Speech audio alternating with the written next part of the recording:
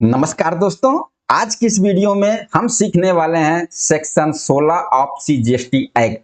जी हाँ दोस्तों, बिल्कुल डिटेल में सिंपल तरीके से समझने वाले हैं। रूल 37, 37A, सेक्शन 16 में जो दो नए सबसेक्शन ऐड किए गए हैं, सबसेक्शन 5, सबसेक्शन 6, सब कुछ हम इसमें कवर करने वाले हैं। दोस्तों, जो इनपुट टैक्स क्रेडिट के लिए यह सेक्शन 16 है, यह क्या कहता है? इसमें यही बताया गया कि कौन सा पर्सन आईटीसी ले सकता है, क्या कंडीशन पूरी करनी होगी आईटीसी लेने के लिए, अगर आपने कंडीशन नहीं पूरी किया तो क्या होगा, ये सब चीजें सेक्शन 16 में बताया गया है। तो चलिए स्टार्ट करते हैं। सेक्शन 16 का सब सेक्शन 1 है, इसमें दो चीजें बताई गई है। क्या? सबसे पहले, जो आईटीसी क्लेम कर रहा है वह पर्सन जीएसटी में रजिस्टर्ड होना चाहिए। बिल्कुल भाई, जब जीएसटी में हम रजिस्टर्ड होंगे तभी तो आईटीसी क्लेम करेंगे। ओके। अगला बताया गया कि जो इनवर्ट सप्लाई आपकी है, जिस पर आपको आईटीसी क्लेम करना है, वह आपका चाहे गुड्स हो चाहे सर्विस हो, उसका यूज बिजनेस पर्पज के लिए होना चाहिए। ओके, बस ये दो चीजें बताई गई है सेक्शन 16 सब सेक्शन 1 में। आगे है आपका सब सेक्शन 2। ये इस चीज को समझना है, सारी बेसिक कंडीशन इसमें कवर किया गया है। सबसे पहले आपके पास एक वैलिड टैक्स इनवॉइस होना चाहिए, डेबिट नोट होना चाहिए, या कोई टैक्स पेइंग डॉक्यूमेंट्स होना चाहिए। भाई, जिसके बेस पर आप आईटीसी क्लेम कर रहे हो वो डॉक्यूमेंट्स आपके पास होना चाहिए। या बिल ऑफ एंट्री, अगर आप इंपोर्ट कर रहे हो, इंपोर्ट पर आईटीसी ले रहे हो, बिल ऑफ एंट्री होना चाहिए। आरसीएम की आईटीसी ले रहे हो तो सेल्फ इनवॉइसिंग करने का, जो सेल्फ इनवॉइसिंग होती है आपकी आरसीएम की, वो होना चाहिए। आईएसडी का इनपुट ले रहे हो तो आईएसडी की इनवॉइस होनी चाहिए। मतलब कि जो भी आप आईटीसी क्लेम कर रहे हो उसका टैक्स पेइंग डॉक्यूमेंट्स आपके पास होना चाहिए, जो कि हम सब जानते हैं, जैसे टैक्स इनवॉइस, डेबिट नोट, जो भी है। अब आईएसडी क्या है दोस्तों? अगर आईएसडी डिटेल में समझना है तो आईएसडी पे मैंने डिटेल में वीडियो बनाया हुआ है, उसका भी लिंक डिस्क्रिप्शन में दे देता हूं, आप आईएसडी का वीडियो देख सकते हैं। ओके। अगला कंडीशन क्या है इसमें कि जो टैक्स इनवॉइस या डेबिट नोट है वह सप्लायर के द्वारा फर्निश्ड करना पड़ेगा, अपलोड करना पड़ेगा, जो कि हम प्रैक्टिकल में देखते हैं। आप जिससे भी गुड्स या सर्विस परचेज करते हो, जो आपका सप्लायर है, जो भी टैक्स इनवॉइस बनाया है या जो डेबिट नोट बनाया है, जिसके बेस पर आप आईटीसी ले रहे हो, वह अपनी डेबिट नोट या टैक्स इनवॉइस को अपने जीएसटी R1 में अपलोड करता है। अपलोड करने के बाद जो आपका आईटीसी स्टेटमेंट होता है, जीएसटी R2A, जीएसटी R2B, वहां पे वो रिफ्लेक्ट होता है। अब इसमें यह भी ऐड कर दिया गया है कि ये भी कंडीशन होनी चाहिए कि आपका जो सप्लायर है वह अपना invoice, debit note, tax invoice GST R1 upload करे और आपके ITC statement GST R2A 2B में दिखना चाहिए। ओके, ठीक है, ये तो जनरल सी बात है। अगली चीज क्या है? गुड्स और सर्विसेज, जो भी गुड्स या सर्विस आपने परचेज किया है वह आपको रिसीव्ड हो जाना चाहिए, या फिर आपके डायरेक्शन पर किसी और को मिल जाना चाहिए। मतलब आपने जिसे गुड्स परचेज किया, टैक्स इनवॉइस आपके पास आ गया, मान लीजिए आपके सप्लायर ने टैक्स भी पेमेंट कर दिया है, गवर्नमेंट को जीएसटीआर अपना R1 फाइल कर दिया है, और आपके पास भी टैक्स इनवॉइस वैलिड डॉक्यूमेंट्स है, लेकिन आपको गुड्स रिसीव नहीं हुआ है, तो भी आप आईटीसी नहीं ले सकते। आपको गुड्स या सर्विस रिसीव हो जाना चाहिए, या आपके डायरेक्शन पर कहीं गुड्स जा रहा है वहां आप गुड्स रिसीव हो जाना चाहिए, जिसको हम bill to ship to model बोलते हैं। जैसे मैं आपको बता दूं, जैसे मान लीजिए यहां पर मिस्टर बी है, मिस्टर बी ने मिस्टर ए से गुड्स परचेज किया है, लेकिन मिस्टर बी ने मिस्टर ए को बोल दिया कि आप गुड्स को मिस्टर सी के पास भेजना है। तो यहां क्या होगा? जो मिस्टर ए बिलिंग करेंगे वो बिल टू करेंगे मिस्टर बी को और शिप टू करेंगे मिस्टर सी को। तो यहां आईटीसी किसको मिलेगा?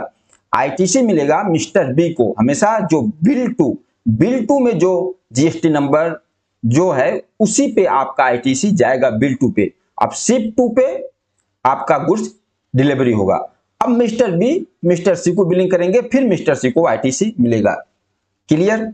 अगला है, जो आईटीसी आप क्लेम कर रहे हो वह रिस्ट्रिक्टेड नहीं होनी चाहिए अंडर सेक्शन 38। ओके। अब मेन पॉइंट और इसमें क्या है? सप्लायर के द्वारा गवर्नमेंट को टैक्स पेमेंट कर देना चाहिए। जो आपका सप्लायर है, गवर्नमेंट को टैक्स पेमेंट होना चाहिए। अब वह चाहे कैश से पेमेंट करे या आईटीसी को यूज करके पेमेंट करे, सप्लायर के द्वारा गवर्नमेंट को टैक्स पेमेंट होना चाहिए, तब आपको आईटीसी मिलेगा। यह भी कंडीशन बताया गया किसमें, 16(2) में।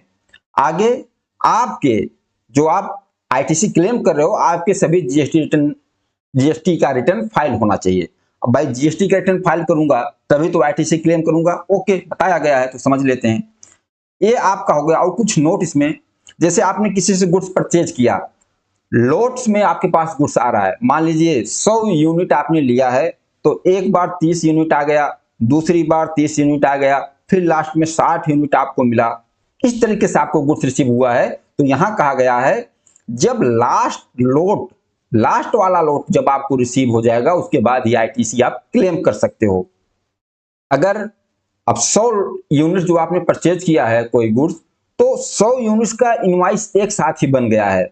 आपके पास इनवॉइस आ गया, लेकिन आपका पूरा माल आपके पास नहीं आया है, लोट वाइज आ रहा है। जब तक फाइनल लोट आपके पास नहीं आ जाएगा, तब तक आप आईटीसी नहीं ले सकते। अगर आपको आईटीसी लेना, तो जो लोट आ रहा है उसका इनवॉइस अगर बनता है तो आप ले सकते हो। ओके, आगे हम समझ लेते हैं। इसमें रूल 37 है।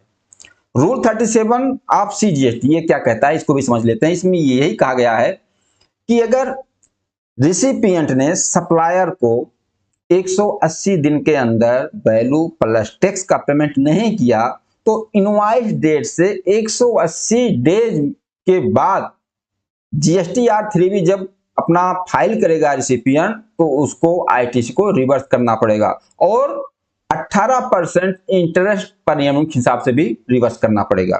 ये क्या बोलता है 37 ऑफ सीजीएसटी, इसको हम एक एग्जांपल से बता देते हैं आपको। मान लीजिए यहां पर मिस्टर ए है, मिस्टर ए ने मिस्टर बी से गुड्स परचेज किया है। परचेज कब किया है, 10 जून 2024 को, और इस पर इनकी आईटीसी है 18,000। यहां पर किसके लिए बात कर गई है, यहां पर बात की गई है सप्लायर के फायदे के लिए, यानी कि जो सेलर है उसके फायदे के लिए बात की गई है। अब यहां पर क्या हो रहा है, मिस्टर ए ने तो गुड्स परचेज कर लिया है। अब जो मिस्टर बी सेलर है, इसने अपना टैक्स पेमेंट किया, जीएसटी रिटर्न भी फाइल किया, मिस्टर ए के जीएसटीआर 2A 2B में आ भी गया हो। अब 20 जुलाई को मिस्टर ए जब अपना 3B फाइल करते हैं, उन्होंने आईटीसी को अवेल्ड कर लिया, यूटिलाइज कर लिया 18,000। ओके, अब गवर्नमेंट को तो पेमेंट मिल गया है, मिस्टर बी जो सेलर है उन्होंने गवर्नमेंट को पेमेंट दे दिया है, रिटर्न भी फाइल कर दिया है, और मिस्टर ए आईटीसी क्लेम कर रहे हैं। लेकिन यहां बताया गया है कि जो रिसिपिएंट है, जो रिसीवर है, वह अपने सेलर को, अपने सप्लायर को 180 दिन के अंदर पेमेंट कर देना चाहिए टैक्स इनवॉइस की डेट से। ठीक है, अगर 180 दिन के अंदर पेमेंट नहीं किया अपने सप्लायर को, तो आपको आईटीसी रिवर्स करना पड़ेगा। 37 बोल रहा है, रूल 37। अब इस एग्जांपल में हम देखते हैं 10 जून 2024 का हमारा इनवॉइस था, और हमने जब जुलाई महीने में 3B फाइल किया, वहां आईटीसी हमने अवेल कर लिया। अब 10 जून 2024 से 180 डेज काउंट किया जाए तो लगभग हमें 7 दिसंबर 2024 तक पेमेंट कर देना। अगर 7 दिसंबर 2024 तक पेमेंट कर देते हैं तो 180 दिन के अंदर है। लेकिन मिस्टर ए जो है, उन्होंने 7 दिसंबर 2024 तक भी पेमेंट नहीं किया, मतलब 180 दिन के अंदर मिस्टर बी को पेमेंट नहीं किया। अब मिस्टर ए को आईटीसी रिवर्स करना पड़ेगा और इंटरेस्ट भी 18% पर एनम के हिसाब से देना पड़ेगा। लेकिन ये चीज ध्यान रखना, इंटरेस्ट कब देना पड़ेगा, अगर मिस्टर ए ने अवेल्ड किया आईटीसी और यूटिलाइज कर लिया है, अवेल तो किया, यूटिलाइज भी कर लिया है, तो उनको इंटरेस्ट भी देना पड़ेगा। अवेल्ड मतलब कि आपके 2A 2B में आया और आपने उसको अपने इलेक्ट्रॉनिक क्रेडिट लेजर में रख लिया है, अभी उसका यूज नहीं किया है, आउटपुट लायबिलिटी को पेमेंट करने के लिए आपने उसका यूज नहीं किया है, खाली अवेल्ड किया है, यूटिलाइज नहीं किया है। अगर यूटिलाइज नहीं किया है तो इंटरेस्ट नहीं लगेगा, आपको सिर्फ आईटीसी को रिवर्स कर देना है। अगर आपने यूटिलाइज भी कर लिया है तो आप आईटीसी तो रिवर्स ही करोगे, और उस पर इंटरेस्ट भी 18% के हिसाब से आपको इंटरेस्ट भी देना पड़ेगा। अब जैसे मिस्टर ए अगर 180 डेज में पेमेंट नहीं किया मिस्टर बी को, तो इन्होंने मान लीजिए 18,000 अवेल्ड भी किया है और यूटिलाइज भी कर लिया है। तो कहां से कहां तक इनको इंटरेस्ट देना पड़ेगा? उस डेट से, जिस डेट को इन्होंने आईटीसी को यूटिलाइज किया है उस डेट से, और जिस डेट को ये आईटीसी रिवर्स कर रहे हैं उस डेट तक इनको इंटरेस्ट देना पड़ेगा। अगर यूटिलाइज नहीं किया है तो इंटरेस्ट नहीं लगेगा। ओके, अब इसके साथ इसमें 180 दिन वाला दो चीज में लागू नहीं होगा। एक तो आरसीएम में अगर आपने परचेज किया है तो यहां आरसीएम में भी 180 दिन वाला रूल लागू नहीं होगा। और यहां अगर शेड्यूल 1 में जो कवर हो रहा है डिस्टिंक्ट पर्सन, इस पर भी 180 दिन में पेमेंट वाला रूल लागू नहीं होगा। मतलब जैसे आपका कोई फैक्ट्री है, मैन्युफैक्चरिंग यूनिट आपकी गुजरात में है और आपका शोरूम दिल्ली में है, और आप अपने फैक्ट्री से गुड्स को अपने शोरूम में भेज रहे हो, दिल्ली भेज रहे हो, तो यहाँ पर तो आप सप्लायर हो गए, आपने अपना रिटर्न फाइल किया। जो आपका दिल्ली में शोरूम है वह रिसिपिएंट हो गया, उसको गुड्स मिला हुआ आईटीसी क्लेम करेगा।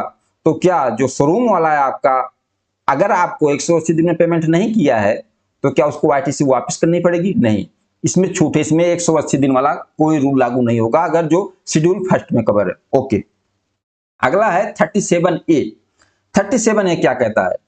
अब यहां पर 37 को समझ लेते हैं। 37 कहता है कि अगर सप्लायर ने, जिससे आपने माल परचेज किया है, सप्लायर ने गवर्नमेंट को टैक्स नहीं पेमेंट किया है, 3 भी नहीं फाइल किया है, तो जो रिसिपिएंट है, जो रिसीवर है, उसको आईटीसी रिवर्स करना पड़ेगा। इस चीज को हम एग्जांपल समझते हैं। मान लीजिए मिस्टर ए हैं, मिस्टर ए ने गुड्स परचेज किया है, किससे? मिस्टर बी से। फाइनेंशियल ईयर 2024-25 में 10 जून 2024 को उन्होंने परचेज किया है और इन्होंने 18,000 आईटीसी लिया है।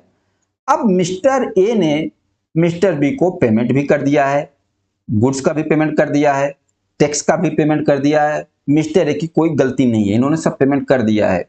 और यहाँ पर जो मिस्टर बी है, जो सप्लायर है, जो सेलर है, इसने जीएसटी R1 फाइल कर दिया जून का। अब जीएसटी R1 फाइल कर दिया तो मिस्टर ए के 2A 2B में भी आ गया। अब मिस्टर ए ने तो अपना आईटीसी क्लेम कर लिया। भाई मिस्टर ए तो आईटीसी क्लेम करेंगे क्योंकि उन्होंने टैक्स भी पेमेंट कर दिया, पूरा पेमेंट दे दिया। लेकिन जो मिस्टर बी है, इसने जीएसटीआर 3 भी नहीं फाइल करता है। 1 तो फाइल कर दिया, उसके बाद 3 भी नहीं फाइल करता है। जब 3 भी नहीं फाइल करता है, इसका मतलब उसने टैक्स भी नहीं पेमेंट किया है। उसके बाद उसने कोई 3 भी नहीं फाइल किया। अब अक्सर अगर 3 महीने आप लगातार 3 भी नहीं फाइल करोगे तो आप आगे रिटर्न फाइल ही नहीं कर पाओगे, ना R1 ना 3 भी। तो उसने 3 भी नहीं फाइल कर दिया, नहीं किया।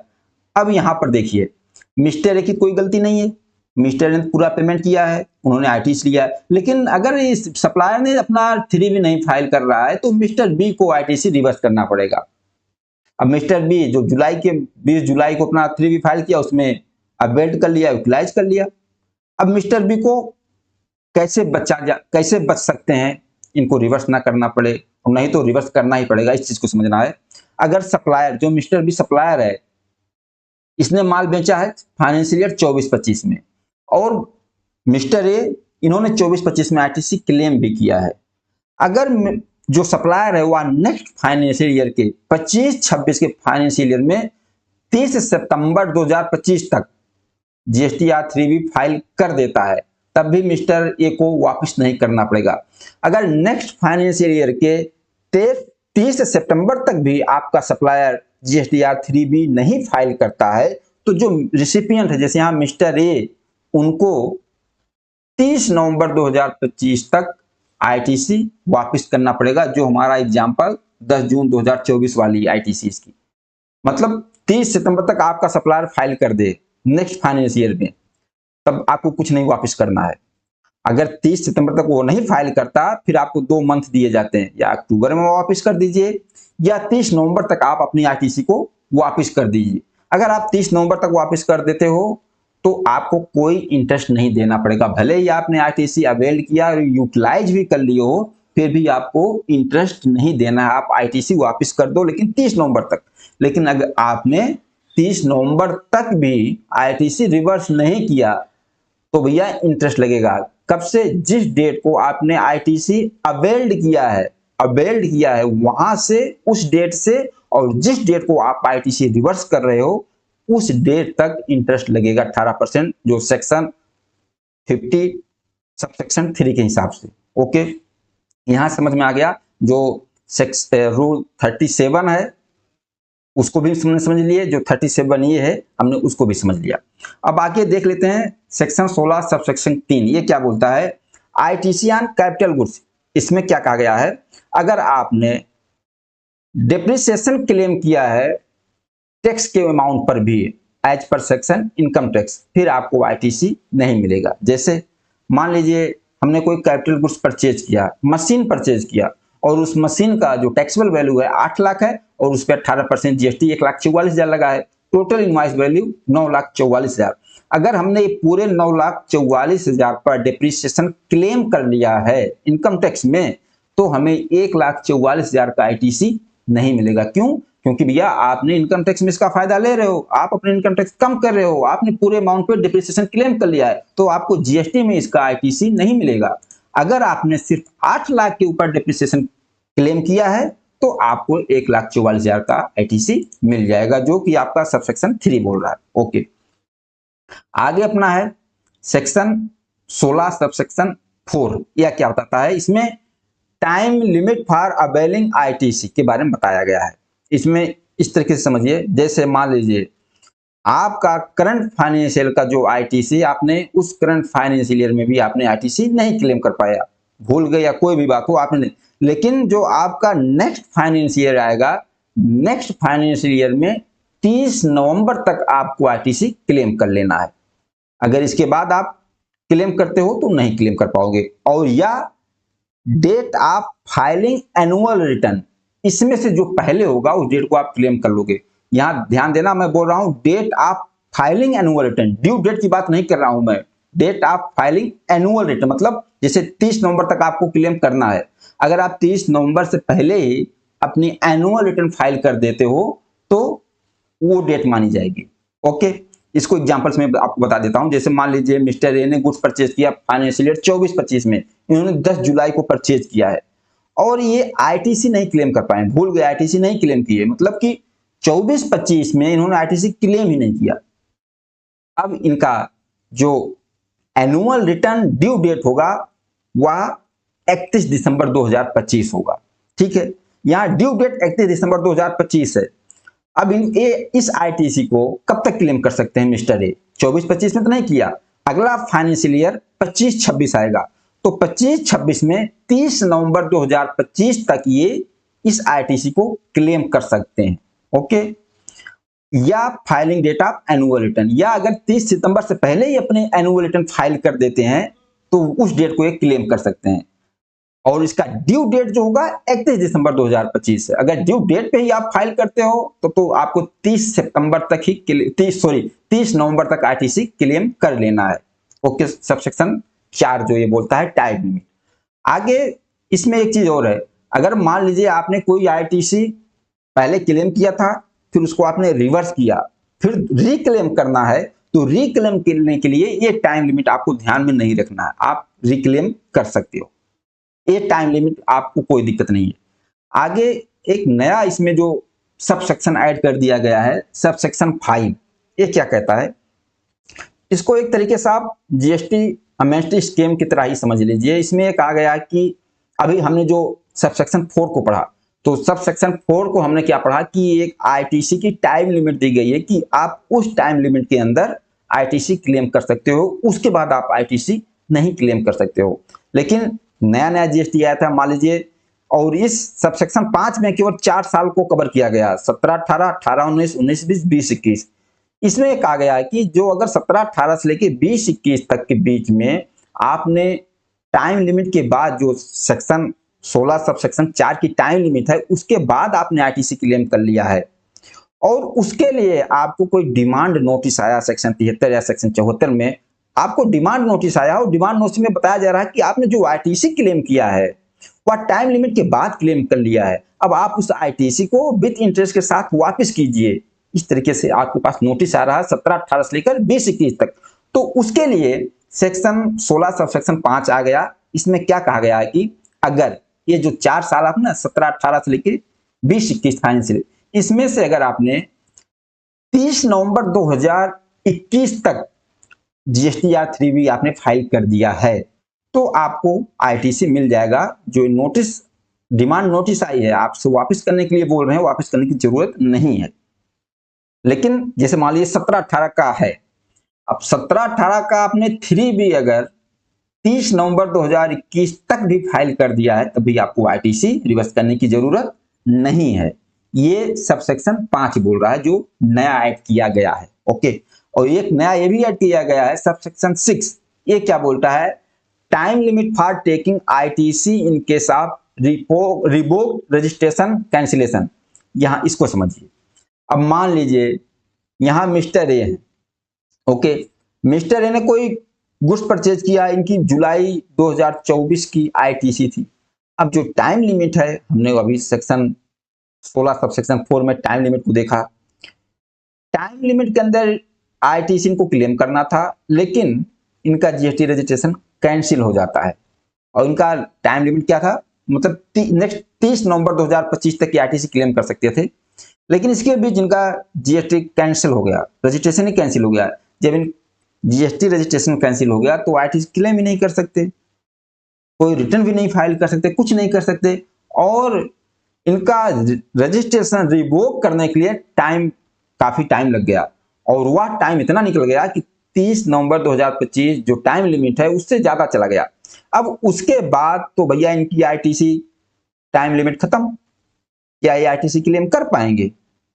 तो ये जो सेक्शन 16 सब सेक्शन 6 है, इसमें यही कहा गया है कि जो आपका रजिस्ट्रेशन कैंसिल हुआ ना, और आपका फिर रिवोक्ड हो गया, आपका रजिस्ट्रेशन फिर रिवोक्ड हो गया, तो यहां कहा गया कि आईटीसी आप उसको क्लेम कर पाओगे, लेकिन आपको जिस डेट को आपका रजिस्ट्रेशन रिवोक्ड हुआ है उस डेट से 30 दिन के अंदर आपको अपनी रिटर्न फाइल करनी पड़ेगी। आपने अगर रिटर्न फाइल कर दिया 30 दिन के अंदर तो आप उस आईटीसी को क्लेम कर लोगे। लेकिन अगर आपका जो रजिस्ट्रेशन हुआ 30 नवंबर 2025 के बाद होता है, तो यहां तक तो आपके पास टाइम लिमिट था आईटीसी क्लेम करने का, तो फिर आपने क्यों नहीं क्लेम किया?